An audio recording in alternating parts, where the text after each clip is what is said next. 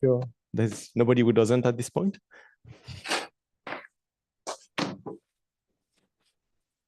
And as a reminder, after this, there is a reception that should be outside.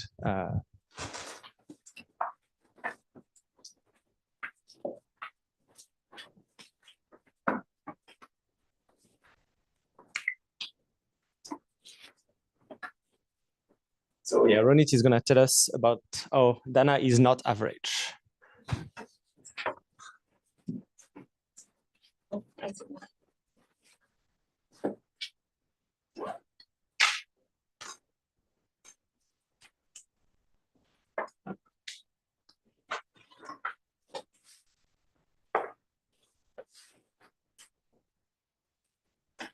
Okay.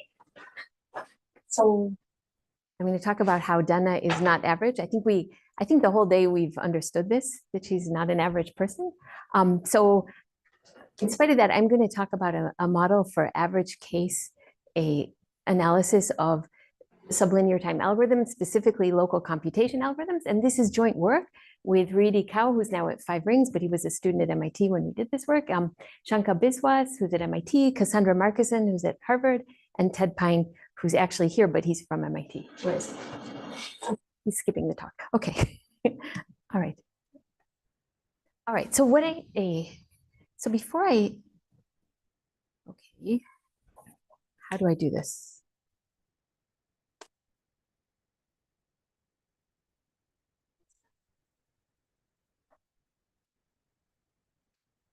Any ideas? Oh, that one. Okay, good.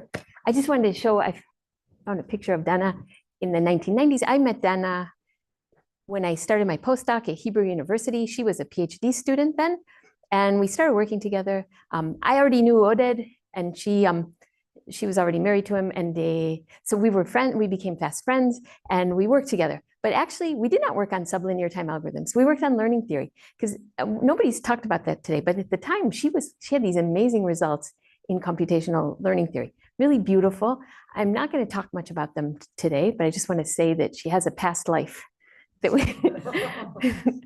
she has a lot of past lives. But okay. She also had papers on sort of n-gram models, like compressions of n-gram models that were used in, so they had theoretical results and showing that you can compress them and get better results for handwriting recognition. So they were both theory results, and they tested them on real data for handwriting and speech and beautiful things. It was Ron Singer-Tishby, Yoram Singer, and Tali Tishby. Tishby was her advisor. So anyway, so we had papers on learning DFAs in the noisy setting. Then we went and visited Kearns and Shapiri at AT&T, so we had papers there. So anyway, we have also a past together. Then eventually we started working on sublinear time. Okay, so what I want to talk about today is so I want to talk about average case. But before I talk about average case, I want to talk about an area that kind of needed average case.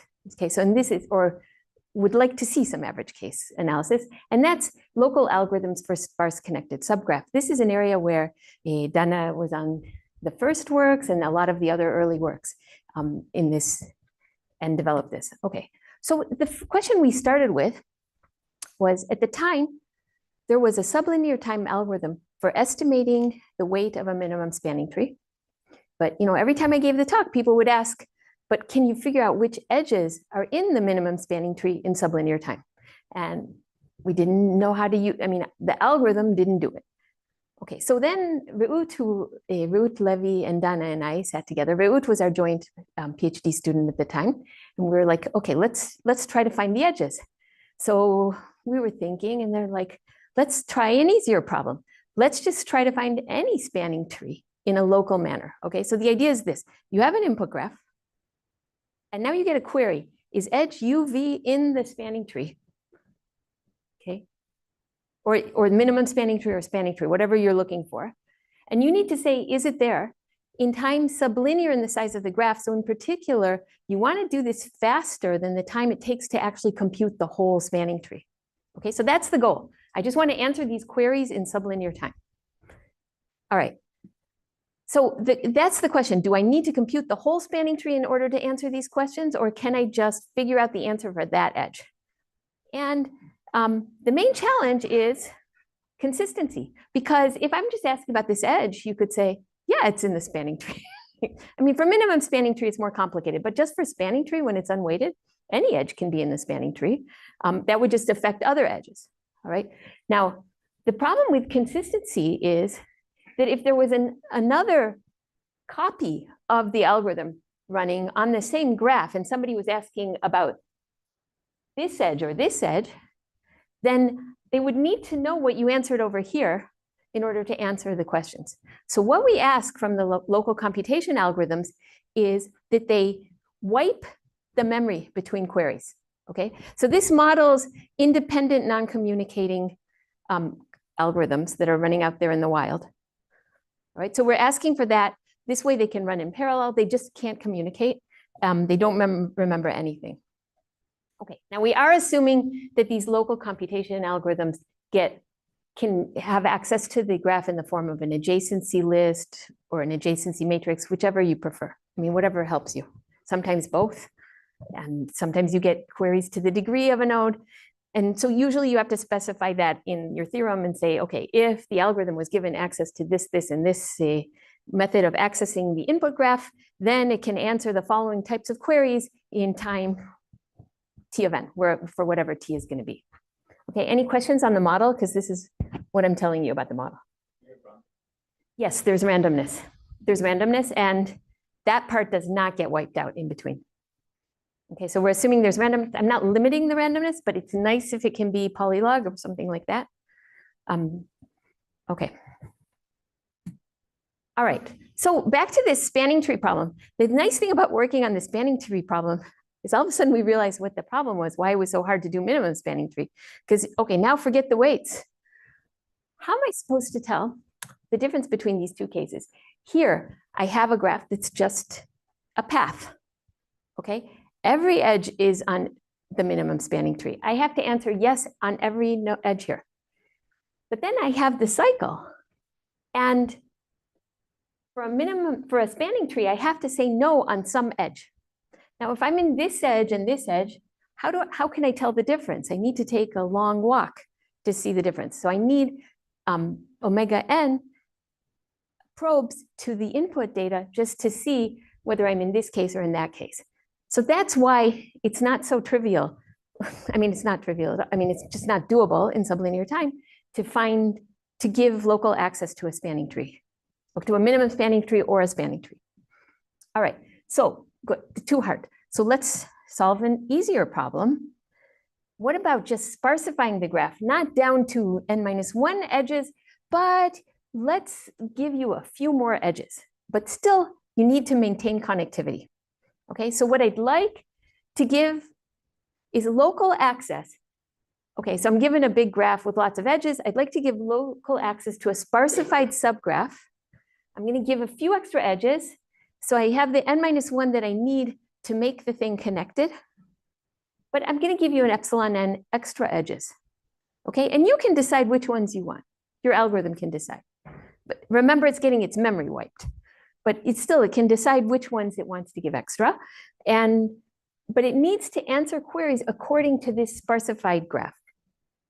Okay, so this is the new problem. You're given a graph G. You want to answer questions, is edge UV in some H on the same set of nodes, but a subset of the edges. The subset of the edges is at most size 1 plus epsilon n. And this new graph that you have that's sparsified must still be connected. Okay, and we'd like to provide local access to this thing. Okay, we still have the problem of consistency here, but it seems like an easier problem because, for example, on the cycle versus the path, I could just say a yes on every edge in both cases, so that's not going to be a lower bound. All right, so is this new problem easier? Well, maybe, but there still is an omega square root n lower bound. And the reason is it's hard to distinguish a bridge edge that connects 2 degree d n over 2 node random graphs from just an edge that's stuck into a degree d n node random graph. Okay, and this is actually proved using a distribution testing lower bounds. Okay, I just want to mention this is the only. Oh yeah. So this lower bound would hold even if like epsilon was any constant, right? Like even if you had 2n edges or. Okay. Like if I allow, you see what I'm saying? Like I let epsilon be 10 or something. Does it still hold? I think so. I think so. Yeah. It holds whenever you want to sparsify the graph to any, like asymptotically, any make the number of edges asymptotically smaller than you started with. Then this will bump on the goal. Okay. All right. So I just want to mention, and this is the only slide on which I'm going to mention spanners, that a lot of these results, the upper bounds and the lower bounds give you some kind of results, maybe not as strong as you'd like, but some sort of results about k-spanners. K-spanners are subgraphs which not only maintain connectivity of the original graph, but also keep distances preserved up to some constant to some multiplicative factor, which we call the stretch. So we could, so whatever stretch you like, we can get some sort of non-trivial spanners from these results. But you know, for the sake of the talk, I'm not going to mention spanners anymore. I'm just going to say that if you want to ask us, you can talk or you can look at the papers, whatever. But there is stuff about spanners in them. Sometimes they're like log n spanners and things like that, that people like constant spanners, but there are some things. Okay, good. So just to mention, there's some positive results, but let's see where they are. We saw that there's a root n lower bound. So already we see we're not going to get a logarithmic size local computation algorithm. And actually, it's not even clear if we can get a root and upper bound. We can get a root and upper bound for expander graphs. That's the, for special kinds of graphs, hyperfinite and bounded expansion. These are graphs which would include like planar graphs or minor free graphs, which are very unexpanding. There, we can get really good results like polynomial in delta, the max degree. But for general graphs, that are not expanders and not bounded expansion, the best we know is something almost as good as n to the 2/3. And the best result, it has a dependence on max degree delta of delta squared and some n to the 2/3 minus a little bit, which if you're interested in what the little bit is, I will turn you to Lily and you can ask Lily about it. Okay, but not right now because I have to give the rest of the talk. Okay, all right. So, here we had this place where we're getting sublinear dependence, so we're kind of happy, but it's not that sublinear. So we'd like more sublinear. You know, we'd like polylog or constant or something like that, or n to the alpha for alpha really, really small. So what can we do? And one question would be, what if the input graph was generated according to a random graph model? Maybe kind of on average, we could get a good result. Okay, so that's the question. So we define this notion of an average case LCA over input graphs that come from some distribution, let's call it script G. Okay, so we say that if with high probability, over graphs from this distribution, we get an LCA, and then we can talk about the expected running time. Okay, so let's start with kind of our favorite class of random graphs, GNP. So these are the ones where you include edge UV with probability P, and we could think about P being a constant, but we could also think about P being 1/n or 1/√n or whatever you like. When they're dense graphs, we would think about adjacency matrix representation. When they're sparse graphs, we'd think about adjacency list representation. With high probability, they're connected when your probability of putting in an edge is at least log n/n. So we're going to be talking about that regime. Yeah. But won't these be expanders, and then you could use the expander result? Yeah, so that's interesting. So let's see. Okay. That's it. Okay, so right, the expander result will give me root n. So let's see what we get here, okay? Good. All right, so but we're now going to be in the regime where, I just want to be in the regime where the thing is connected to begin with. So we're going to start with P log n/n. So it means our average degree is roughly log n. Okay, And you might say, whoa, all of our results before had dependence on the max degree that was just terrible. And what's going to happen if P was equal to constant? I'd have this huge max degree. That's really bad. And then I don't even care what my dependence is on N if my max degree is already N. So I just want to point out that we can usually in these results do something called, do like a randomized sparsification.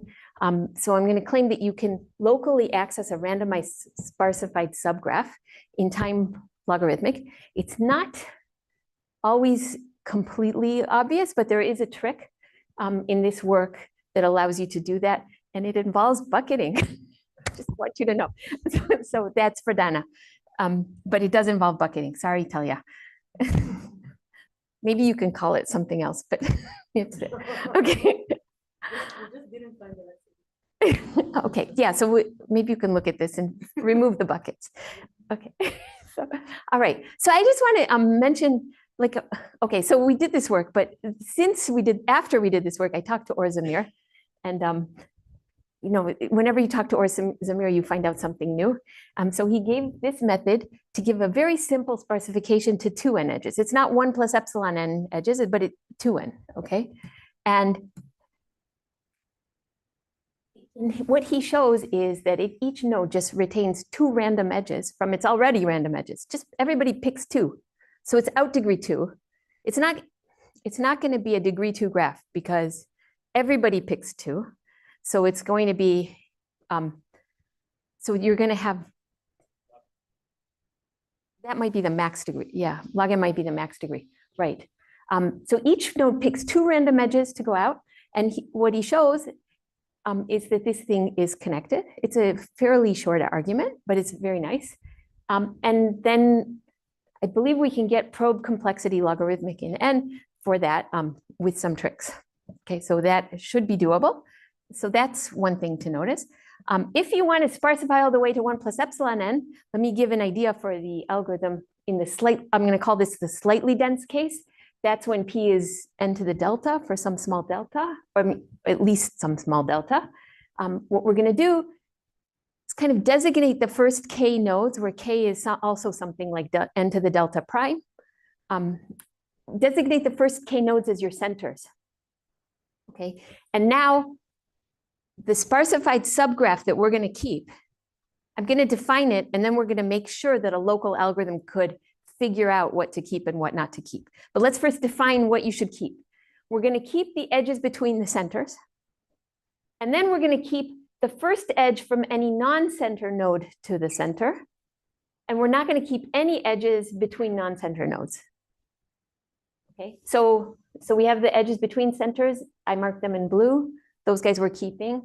And then this node, he looks down his adjacency list. That's his first node to one of the centers. He's got these other edges to centers, but he's not keeping those. He's just keeping the first edge to a center. This guy's keeping his first edge to a center, but not his other one. This guy, his first edge is there. This guy, I think I forgot to put, oh no. Yeah, I think I forgot to give him an edge, sorry. Okay, that should be in there too. And that should be in there. Oh no, this guy did get something, so good. So there was only one mistake there. But everybody keeps the first edge to this group, and then none of the edges between them. All right, so if you pick this group of centers big enough, then you can show that it's, with high probability, these guys are all connected. And so as long as each person has one edge into this group, then, and with high probability, not only are they connected to themselves, but they're also, that's what I need missing here. With high probability, this is connected. And with high probability, it also touches everything outside the center group. So as long as everybody keeps one edge into the centers, it can get around between the centers and then out to wherever else it wants to go. Okay. All right. So there was high probability this is connected, and we connect to all nodes. And then now you ask me about an edge. Does it get retained? You asked me about edge UV. So I see, well, are U and V centers? If they're both centers, I retain the edge. If they're both not centers, I do not retain the edge. If one is a center and the other is not, then I check from the non-center to see if that's its first center edge. And that I can just do by looking down its adjacency list. And the centers we kept as all the first nodes. So it should be as long as your adjacency list was sorted, you should be able to see immediately if it's your first center. Okay, and your probe complexity is 1, actually, to see that. All right, so it's that simple in this case, assuming you have a sorted adjacency list, assuming it's a little bit dense. Yeah, lots, separate.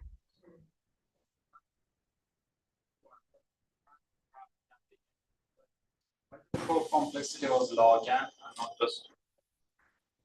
Right. Why not just, because I had to pick. This is a random graph. Why does it matter which of your 2 edges? Oh, you're asking why it matters. Okay. You have to ask your neighbor. You have to know if your neighbor picked the. Sure. So an edge is picked if it's among the first 2 edges of one of its endpoints. So maybe 4 probes. That would no longer be okay. Then I think the rest of the argument wouldn't work. No, but your neighbor might have. You need to know if your neighbor picked you, and your neighbor might have degree log n, right? Or 1. It's no, they're also. No. I think the argument of connectivity.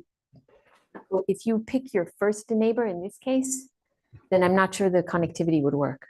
I guess what is first in a random graph? It's an edge picked uniformly random out of this vertex. No, but if everybody picks according to the same ordering. So the point about first in the second slide is everybody has the same ordering of first. So if you do it here and everybody picks their first, then it no longer is a random graph because they have the same ordering. So, Talia, you had a question? Okay. Yeah, so this is first, okay, just to be clear, this is first, there's one ordering, everybody has the same notion of first. Okay, so that's a good. All right, I don't really want to, okay, I just want to say, this does actually give you a type of a spanner, which I said I wouldn't talk about. You can also improve this by keeping fewer edges within this the centers, but I don't want to go into that either. So let me just say, and I think I really want to skip. So I'm going to do the thing of skipping. Yeah. So maybe another question is like, what's specific to GNP in there? Just like with high probability, things are connected, and that's right, also right. That you, yeah, okay. That you have this. First of all, let's go back. That you really didn't want to see. Okay. Okay. Right. If in GNP, even if you pick the first, I deterministically pick the first nodes, what's going to be between them is a random graph. So with high probability, they're connected. Also, the probability that anybody is not connected to this group, as long as this group is big enough, it's very unlikely that there's somebody that hasn't touched any one of them. So I can do this whole first edge thing. I mean, you need that a first edge exists for every node out here. And there is one because it's a random graph. So it's really important in this case. Yes? I think n to the delta for some delta would be enough. You just, because you need to get this with high probability, all of these guys are connected. Yeah, n to the 1, yes. Thank you. N to the, no.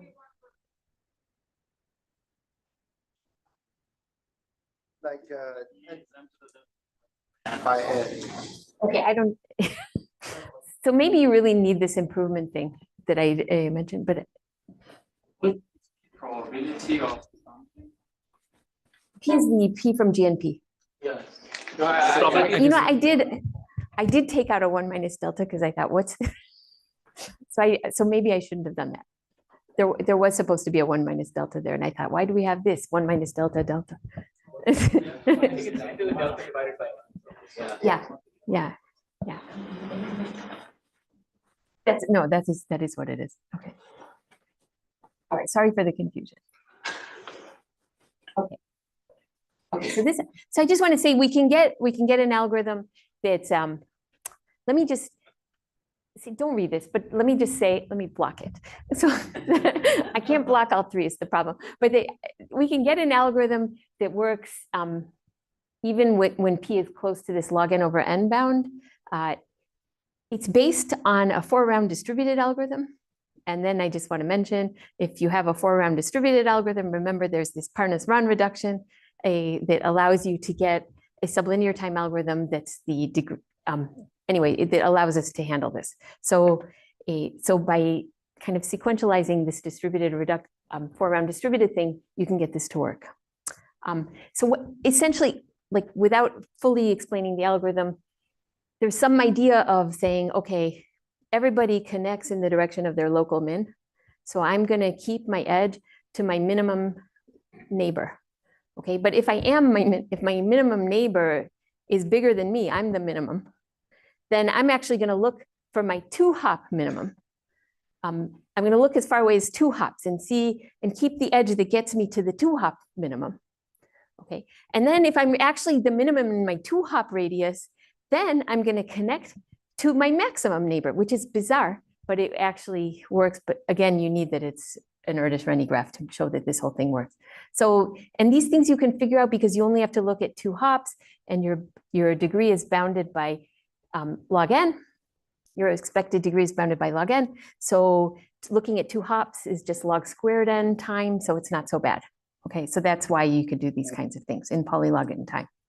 Okay, and you can show it's connected and has, okay, let me just go to an open question. What happens below the connectivity threshold? This, let's say I have P that the probability of in GNP is less than log n over n, then I don't expect the thing to be connected. But what if I just want to answer according to what I have? I've got some number of connected components. I'd like to sparsify and just give a local algorithm that allows me to sparsify without reducing the connectivity further. So that seems like something that should be doable. I want to also mention for preferential attachment graphs, we have a result that I think I should probably just high level say what it is, but we give some results for preferential attachment. These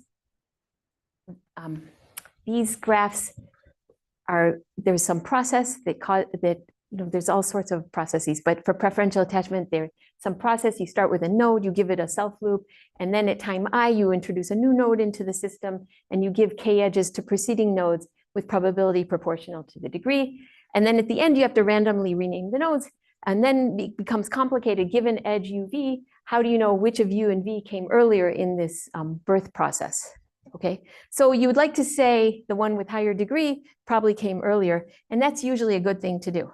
Okay, so the main idea for a sparsification is keep the edge to your highest degree neighbor because he's probably came much earlier than you did in the process. Okay, and it turns out you can show that this thing is, as long as your degree is big enough, as long as k is at least logarithmic, this thing is going to be connected, and your probe complexity is going to depend on your degree. The problem with that is your low degree, your early guys that come into the system, they can get degree up to root n in the worst case.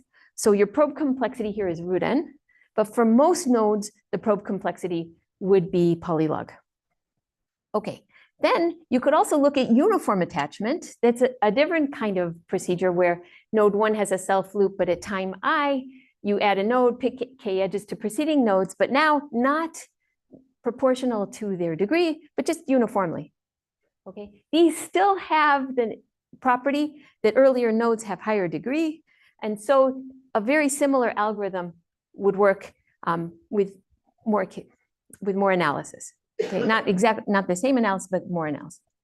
Okay, so let me just let me move to stories. So I'm going to skip this last result, and okay, let me just say what I skipped without a slide, and then maybe it'll go faster. Another thing you can do, it's sort of like Eric Bach has this result about generating uniform numbers with their factorization. So he generates them along with their so factoring is hard, but you can generate numbers uniformly with their factorization. So we show that a simple scheme for generating random GNP graphs with an independent set. So so there's an example of that, but I'm skipping because I want to get to Dana and we're running out of time. So I think we all agree that Dana is amazing. I've known her now since I guess 34 years or something like that, or maybe 33, but anyway, more than 30. So I've known her for a long time. She's been wonderful. She's been a great friend and wonderful to work with and a lot of amazing things. So let me just give a few examples. We all know that Dana is a very hard worker. So when I was working with Dana and Talia and Reut this spring, every time I went to a meeting, I had to prepare. I had to have coffee, and I don't drink coffee. But for these meetings, I had to drink coffee, and I had to have a sandwich before I went in, because at 3, these guys would be like, oh yeah, we forgot to have lunch. and this would be like 4 hours into the meeting. I'm like, what about lunch? What about lunch? But these guys, no, they were serious. So she's such a hard worker that sometimes sometimes not the best things happen. So I want to tell a story about a time when I used to live in New York. So you saw the apartment earlier. That was the apartment I used to live in. And it was really cool because it had an elevator that opened into the apartment. There was right into the door opened and you're in the apartment. It was a really fun time. I lived there for 4.5 years. I was at NEC Research and they had budgets for bringing visitors. So every summer I brought in Dana and Michal to spend 2 weeks with me. And this summer, it was their last day. We would all live in New York. We'd go into NEC for the day. We would take the train from Penn Station, go to NEC, spend the day, come back, and then always go out for dinner because dinner was important. So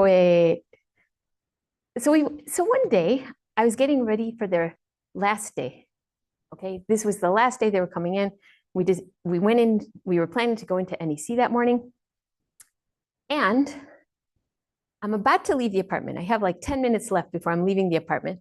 I get a call from my husband, Ran, telling me, go up to the rooftop of the apartment and take a picture of the Twin Towers. They're burning. And I was like, oh my God. I was convinced that the sun was rising in such a way that it was making them look orange from the reflection, and that he thought it was so beautiful that he was sending me up there to take a picture. I'm like, I can't believe he's wasting my time. I have to go to meet Dana. Anyway, at some point I had extra time. So I walk up there and I'm like, oh my God, they really are burning. I had no idea. Okay, so I took the pictures. I have them somewhere, but I took the pictures and then I put on the TV and I heard about the second tower. And then I'm like running to Penn Station and I'm like just in time for the train, which was already delayed. And I'm like, I find Dana and Michal, we're like, what are we gonna do? And they're like, well, what can we do? We might as well just go in. So we went to work. We went to work that day. That was a big mistake. Okay, so we get on this train. First of all, there's people there that were coming back from the first tower. They were full of bandages, like light bandages. But everybody was like, and we're on this train and the whole time we're like, oh my God, oh my God. And then we hear Penn Station is shut down, bomb scare. Then we hear Twin Tower #1 fell. Then we hear plane down this is all in one train ride. This is the train ride. Plane down in Pennsylvania, plane down in Washington, DC, second tower down. And we're like, oh my God. And we're on, and how are we going to get back to calling Tel Rabin, who's always aware of all the phones. So if you know Tel Rabin, you know that she was a command center, basically. So we knew that everybody's okay. We knew everything. But so it was quite a day. We get to work.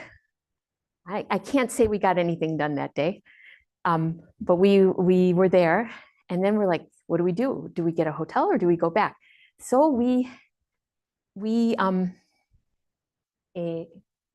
that was our dumb decision to go. We had this surreal train ride and then we came back. Okay, so we didn't know that this is too early. Okay, so I mean, Dana really didn't want to stay in a hotel. So we went to the train station, Princeton Junction. And the first train that went back to New York that whole day came and picked us up. It was just for Dana. And then it took us all the way to Newark. And we got to Newark and we're like, okay, what do we do now? Because there's no subway. There's no train that gets into New York City, but there was a path. So we took the path in and we got out on 32nd Street, which is not that far from where I live. I mean, it's like a 25-minute walk. And this was like unbelievable because you leave New York and it's full of honking and it's really loud and there's lots of people and lots of cars. You get out and it's like a ghost town. Is anybody seen the movie with Bruce Willis where he comes back to New York after nobody's lived in it for 200 years? And there's a 12 monkeys, 16 monkeys, 12 monkeys, 12 monkeys. And it was like that. There was nobody. All the stores were closed, no cars. All the stores had signs on them saying, we don't accept credit cards. And then, Oded broke his rule of not eating in people's homes and also not eating in groups of more than 4. And he ate at our house and we had dinner and that was the beginning. But they did eventually get back home and everything was okay. But that was one day. And that was all because we're so serious about work that we went to work on a day when it was a really stupid idea to go into work. But we did it and we came back. Okay, so I also want to mention that I'm really running over time. So I just want to mention that when you do research with Dana and you're not meeting with Reut and Talia, then lunch is always part of the deal.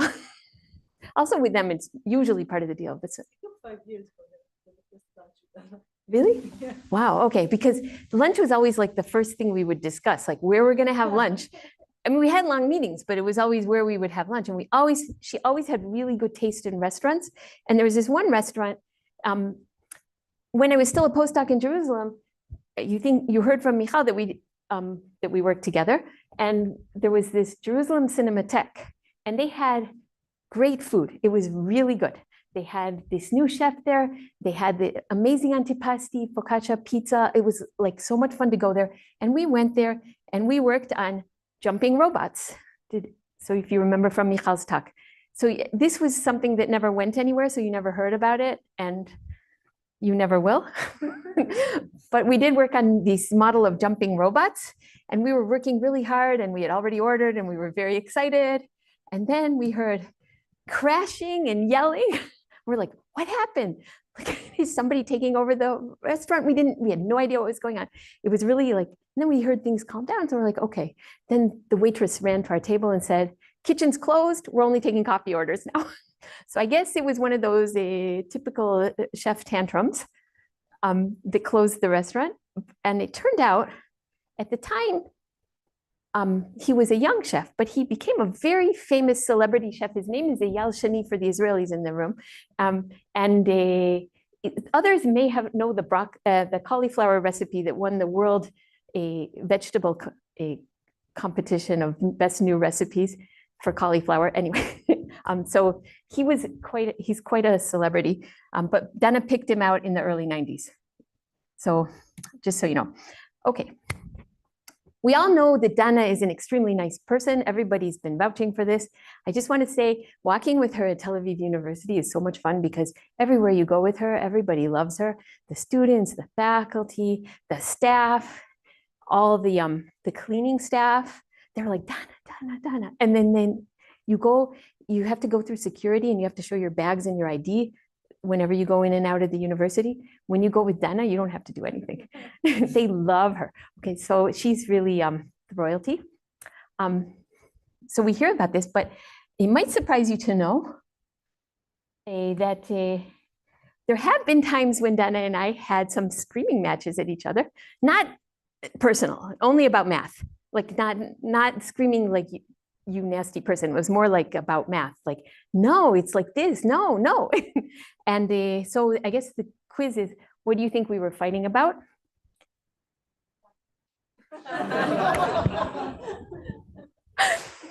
It was a Chernoff bound. We were fighting about how well you can use the turnoff bound. So it was when it was her first paper, and we were really fighting hard. Like, no, anyway, but I think we never fought after that. Anyway, I think I did, but that would be the only time in my life I've ever won an argument with Dana. So on math, at least, maybe that's why I remember it, because it's like a proof of possibility. Okay, so that's.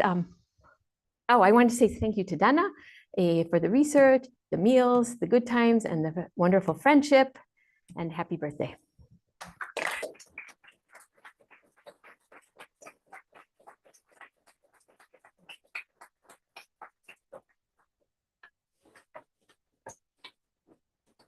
All right, I think that concludes the day.